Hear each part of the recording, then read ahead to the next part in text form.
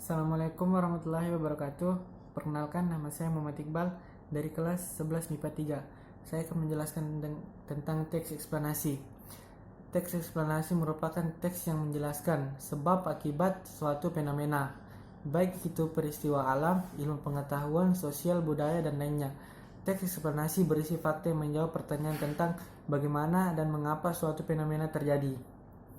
Oleh sebab itu, tujuan utama teks eksplanasi adalah untuk memaparkan proses dan sebab terjadinya suatu fenomena. Penjelasan yang dipaparkan dalam teks eksplanasi berdasarkan bidang keilmuan atau bersifat ilmiah yang mengacu pada fakta, realita, teori, dan hasil penelitian yang dilakukan oleh ilmuwan. Yang kedua, struktur teks eksplanasi. Teks eksplanasi tersusun atas suatu struktur yang memudahkan kita dalam memahami isi teks. Adapun struktur teks eksplanasi adalah sebagai berikut. Yang pertama, pernyataan umum.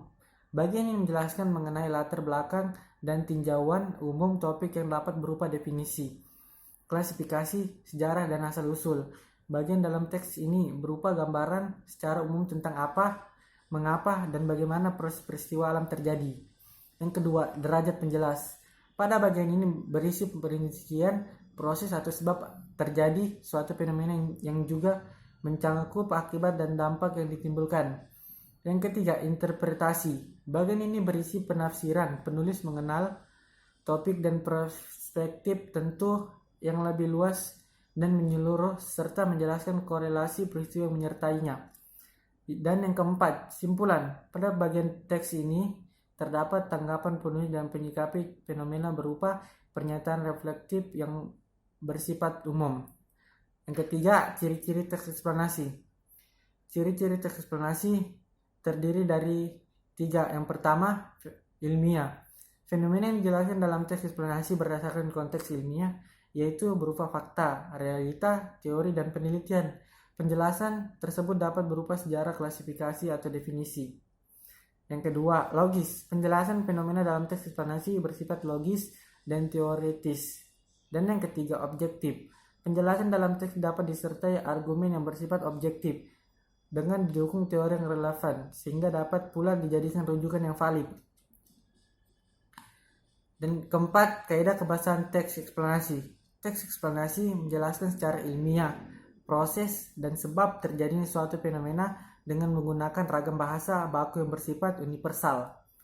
Pemaparan informasi dalam teks eksplanasi mudah dimengerti, pembaca umum atau tidak terbatas dalam kalangan tertentu saja.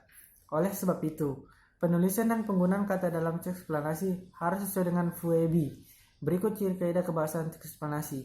Yang pertama, kopula. Kata ini digunakan untuk menjelaskan definisi kata istilah atau konsep yang berkaitan dengan suatu fenomena. Misalnya, merupakan dalam kalimat Indonesia merupakan negara kepulauan. Yang kedua, kata kerjaktif. Kata ini kerap digunakan pada bagian derajat penjelas sebab bertujuan menjelaskan sebab dan proses, sehingga subjek atau fenomena berperan sebagai tujuan dari suatu perbuatan atau peristiwa tertentu. Yang keempat, konjungsi. Konjungsi yang digunakan menjelaskan hubungan, sebab, akibat, dan hubungan kronologi terjadinya suatu fenomena, misalnya jika, bila, sehingga, sebelum, pertama, dan kemudian. Yang kelima, keterangan waktu. Kata ini digunakan untuk menjelaskan waktu terjadinya suatu fenomena. Yang keenam, istilah ilmiah. Istilah ilmiah yang sesuai konteks kerap digunakan untuk memperjelas definisi, hubungan sebab akibat, ataupun kronologi terjadinya suatu fenomena. Dan yang ketujuh, kata ganti benda. Subjek yang dijelaskan menggunakan kata ganti benda atau non persona, seperti itu, ini, dan tersebut. Teks eksplanasi juga hanya fokus pada hal umum seperti gempa bumi, banjir, hujan, dan udara. Langkah-langkah menulis teks eksplanasi. Yang pertama, menentukan topik yang menarik. Tentukan fenomena alam, sosial, atau budaya yang ingin kamu sajikan. Misalnya, proses terjadinya pasang surut air laut. Yang kedua, membuat rancangan kerangka atau teks. Buatlah kerangka karangan berdasarkan struktur teks eksplanasi, yaitu identifikasi fenomena, penggambaran rangkaian kejadian, dan ulasan. 3. Mengumpulkan referensi.